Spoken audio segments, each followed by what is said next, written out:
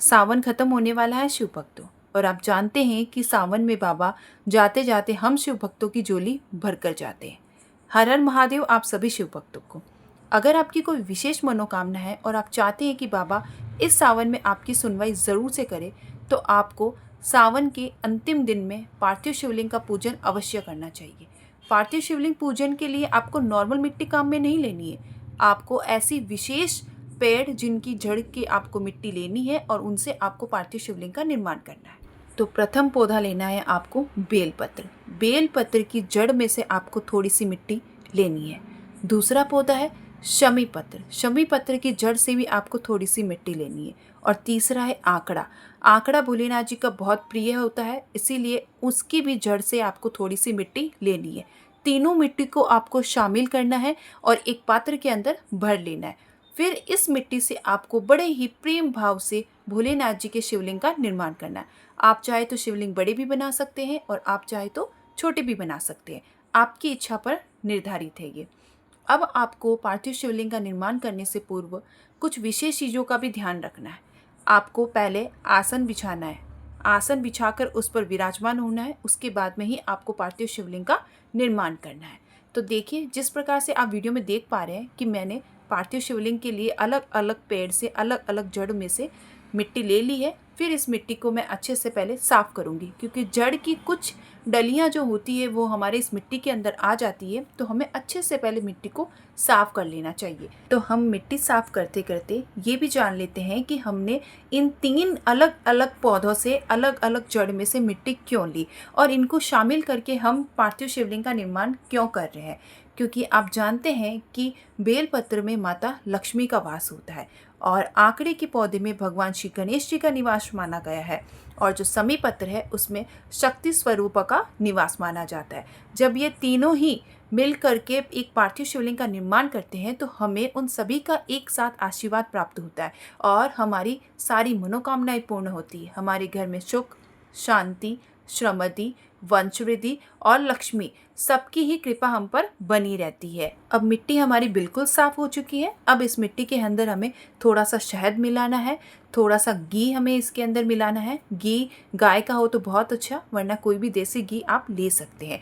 इसके बाद इसके अंदर आप थोड़ा सा कच्चा दूध भी मिलाइएगा और थोड़ा सा गंगा जल भी ऐड कीजिएगा। मेरे पास में अभी कच्चा दूध और गंगा जल अवेलेबल नहीं था तो मैं नहीं बता पाई, बट मैं बोलकर आपको बता रही हूँ कि इसमें आप थोड़ा सा कच्चा दूध और थोड़ा सा आपको इसके अंदर गंगा जल ज़रूर डालना है। इसके बाद अच्छे से मसल के आपको इस मिट्टी से पार्थिव शिवलिंग का निर्माण कर लेना है। मैंने जलाधारी का निर्माण कर दिया है और अब हम रखने वाले हैं बेलपत्र। देखिए, मैंने यहाँ पर जलाधारी जो बनाई है वो मैंने शिवलिंग निर्माण के लिए जगह जो चुनी है वो है बेलपत्र के पेड़ के नीचे। मेरे पास छोटा सा बेलपत्र है, ज़मीन में लगा हुआ है, तो वहीं पर मैंने पास में शिवलिंग का निर्माण किया है। अगर आप किसी बर्तन पर या फिर आप अपने घर में किसी थाली वगैरह में कर रहे हैं तो आपको जलाधारी के नीचे ही बेलपत्र रखना चाहिए, परंतु मैंने यहाँ ज़मीन पर ही बनाया है, इसीलिए मैंने शिवलिंग के नीचे बेलपत्र को रखा है। बेलपत्र को रखने के बाद अब आपको एक बेलपत्र और लेना है, उसके बीच में आपको चंदन लगाना है और दोनों पत्तियों पर लाल चंदन लगाना है और बीच वाली पत्ती पर आपको शहद लगा लेना है। अगर आप किसी वंशवृद्धि के लिए या कोई विशेष मनोकामना के लिए कर रहे हैं तो आपको बीच में घी लगाना चाहिए और उसके बाद में भोलेनाथ जी को ये बेलपत्र आपको समर्पित करना है। बेलपत्र समर्पित करने के बाद आपको भोलेनाथ जी को थोड़ा सा गंगा जल समर्पित करना है और उसके बाद में जल समर्पित करना है। जल समर्पित करते समय आपको एक और उपाय करना है। आपको एक लोटा जल लेना है और उसको आपको धीरे धीरे 3 बार करके जल को छोड़ना है। यानी थोड़ा सा आपने पहले छोड़ा और उसके बाद फिर से आपको थोड़ा रुकना है, फिर एक बार और चढ़ाना है, फिर रुक जाना है। इस प्रकार से आपको 3 बार करना है और फिर लास्ट में आपको पूरा 1 लोटा जल शिवलिंग पर समर्पित कर देना है। याद रखिएगा, ये पूजा तभी सफल होगी जब आप पूरे सच्चे मन से ये पूजन करेंगे। बड़े ही प्रेम भाव से आपको भोलेनाथ जी के 12 ज्योतिर्लिंग के जो नाम अगर आपको याद है तो वो नाम लेते रहिए। अगर कुछ भी नहीं आता है तो आप ओम नमः शिवाय का जाप करते हुए भगवान भोलेनाथ जी का पूजन कीजिए। अब देखिए, पूजन करते समय आपके पास में जो भी सामग्री अवेलेबल है वो सारी सामग्री आपको भोलेनाथ जी पर समर्पित करनी। अगर आपके पास कच्चा दूध है तो ज़रूर चढ़ाइए। अगर आपके पास में रोली, मोली, कुमकुम, चंदन लगाइए भगवान भोलेनाथ जी को। अगर इत्र है तो थोड़ा सा जल के अंदर इत्र डाल करके भोलेनाथ जी को वो जल ज़रूर से समर्पित कीजिए। और सबसे बड़ी बात, अगर आपके पास में कुछ भी नहीं है तो एक चावल का दाना ही भगवान भोलेनाथ जी को पूरे सच्चे मन से समर्पित कर दीजिएगा। इसके अलावा थोड़ी सी हल्दी लेकर के माता रानी की जलाधारी पर ज़रूर से कीजिएगा। इससे क्या होता है कि माता रानी बहुत ज़्यादा खुश होती हैं आपसे। भोलेनाथ जी को कलावा, मूली, चंदन, जो भी आपके पास में सामग्री है, समस्त सामग्री भोलेनाथ जी को ज़रूर चढ़ाएं। शक्कर चढ़ाइए। आपने पंचामृत बनाया है तो पंचामृत से ज़रूर अभिषेक कीजिए भोलेनाथ जी का। और विशेष चीज़ वो है काले तिल। काले तिल तो आपको ज़रूर से चढ़ाने चाहिए, क्योंकि काले तिल चढ़ाने से हमारे घर में जो भी बड़ी बीमारियां आने वाली होती है वो बीमारियां नहीं आती है, वो दूर ही चली जाती है। तो इसलिए जब भी पार्थिव शिवलिंग का निर्माण करें तो काले तिल अवश्य रूप से चढ़ाया कीजिए। दूसरी सबसे इम्पॉर्टेंट चीज़ है धतूरा। धतूरा भी आपको सिंपल तरीके से नहीं चढ़ाना है। धतूरे पर आपको हमेशा हल्दी लगा करके भोलेनाथ जी के शिवलिंग पर समर्पित करना चाहिए। इससे भी आपके घर में अगर कोई बड़ी बीमारी आने वाली होती है तो भी वो दूर हो जाती है। इसके बाद भोलेनाथ जी को आंकड़े का पुष्प, कनेर का पुष्प, अपराजिता का पुष्प, ये सारे पुष्प आपको भोलेनाथ जी को समर्पित करने चाहिए। अगर आपके पास में पुष्प नहीं है, कोई भी सामग्री नहीं है, तो कोई बात नहीं, आप क्या करें, आसपास में जितने भी आपके पास में पेड़ पौधे हैं उन पेड़ पौधों की 5 पत्तियां आप तोड़ कर ले आइए और उन 5 पत्तियों को ही भोलेनाथ जी पर समर्पित कर दीजिए। महादेव जी इनसे ही भाव से बहुत खुश हो जाएंगे।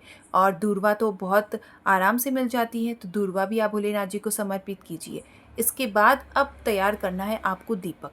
पूरी पूजन सामग्री समर्पित करने के बाद आपको 2 बाती का दिया लगाना है। उस 2 बाती के दिए में आपको थोड़े से चावल डालने हैं और थोड़े से काले तिल डालने हैं और अपनी मनोकामना बोलते हुए दीपक को प्रज्वलित करना है और बड़े ही प्रेम भाव से भोलेनाथ जी की आरती करनी है। आरती करने के बाद भोलेनाथ जी से अपनी मनोकामना बिल्कुल आपको मांगनी है, उनसे सारी परेशानियां शेयर करनी है। जिस भी वजह से आपने पार्थिव शिवलिंग का निर्माण किया है वो वजह आपको ज़रूर से भोलेनाथ जी से शेयर करनी है। इसके बाद आता है विसर्जन। पूरे विधि विधान से आपको भोलेनाथ जी का विसर्जन करना है। अगर गमले में आपने पार्थिव शिवलिंग का निर्माण किया है तो आप गमले को पूरी तरीके से पानी से भर दीजिए, जिससे विसर्जन बहुत अच्छे से हो जाएगा। अगर आपने किसी पात्र पर शिवलिंग का निर्माण किया है तो उस पात्र को आपको एक पात्र लेना है बड़ा सा, उसके अंदर साफ जल भरना है और उस शिवलिंग को बड़े ही प्रेम भाव से उस जल के अंदर छोड़ना है, जिससे सुबह तक पार्थिव शिवलिंग का विसर्जन हो जाएगा। फिर उसी जल को आपको आपके घर के पेड़ पौधों में डाल देना है। इस प्रकार से पूरे विधि विधान से आपको पार्थिव शिवलिंग का निर्माण करना है, उनका पूजन करना है और फिर पूरे विधि विधान से उनका विसर्जन भी करना है। महादेव जी से प्रार्थना है कि भगवान भोलेनाथ जी आपकी सारी मनोकामनाएं पूर्ण करें और भोलेनाथ जी जाते जाते आप सभी की झोली खुशियों से